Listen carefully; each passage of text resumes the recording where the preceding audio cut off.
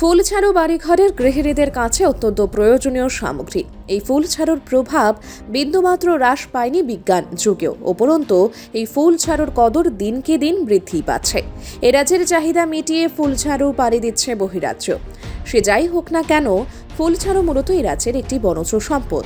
বিশেষ করে রাজ্যের জমিয়ারা রাজ্যের বনাঞ্চল থেকে ফুল ছাড়ু সংগ্রহ করে গ্রাম কিংবা শহরের বাজারগুলোতে বাজারজাত করে আসছে সেই অনাদিকাল থেকেই। এই ফুল ছাড়ু জমিয়ারা কষ্ট করে বাজারজাত করলেও ন্যায্য মূল্য পায় না। এরই মাঝে জনৈক এক ফুল ছাড়ু বিক্রেতা ওনার প্রতিক্রিয়া ব্যক্ত করতে গিয়ে জানান, ফুল ছাড়ু ব্যবসার মূলত 2 থেকে আড়াই মাস ধরে চলে। জমিয়ারা প্রতি ফুল ছাড়ু 25 টাকা দরে বিক্রি করে শহরের ব্যবসায়ীদের কাছে। এবার শহরের ব্যবসায়ীরা ফুল ছাড়ু বিক্রি করে চড়া দাম, যা মানুষ ক্রয় করার ক্ষমতার বাইরে। জানা গেছে বন দপ্তরে এই বনজ সম্পদের উপর কোনো কর আরোপ করে না, যার ফলে শহরের ব্যবসায়ীরা এই ফুল ছাড়ু ব্যবসা করছে যে যার মতো করে।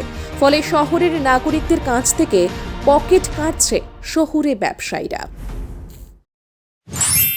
এটা সিজন কয় মাস থাকে? হয়তো ফুট মাসা মাঘ মাস ফাল্গুন মাসে মোটামুটি পাইকা লাগা। এই জিনিসগুলির নাম কি? যা আমরা বলি ঘুরে যাবো। এগুলো কি আপনারা বেচার জন্য নেবেন না? না ভাড়া লেগে কতগুলি লইলেন? 10 টাকা দিলাম। Bureau report, Subarta.